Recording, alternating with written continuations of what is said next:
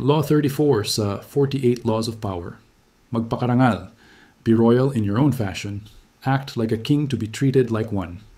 Ang aral nito, kung paano mo ituring ang sarili mo, ganoon ka rin tatratuhin ng iba. Narito kung paano ito ia-apply sa negosyo, trabaho, at pamilya. Sa negosyo, presensya at imahe. Kung may negosyo ka, huwag mong ibenta ang sarili o produkto mo na parang mura o walang halaga. Gawing presentable ang brand, packaging at serbisyo para magkaroon ng respeto. Confidence sa pakikipag-deal.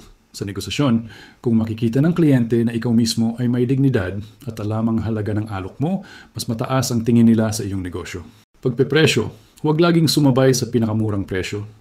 Ang may klaseng negosyo ay may dignidad din sa presyo dahil alam ang value nito.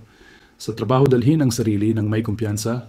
Kahit bago ka pa lang, kung kumikilos ka na parang may halaga ka, mas mabilis kang re-respetuhin.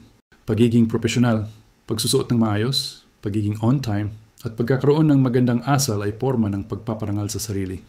Pagdedesisyon, huwag agad-agad pumayag sa lahat. Piliin mo rin ang mga bagay na tatanggapin o tatanggihan para hindi ka basta-basta ma-take advantage. Sa pamilya, magpakita ng halimbawa. Kung gusto mong igalang ka, ipakita mong marangal ang kilos at pananalita mo. Hindi pwedeng respeto lang ang hinihingi mo.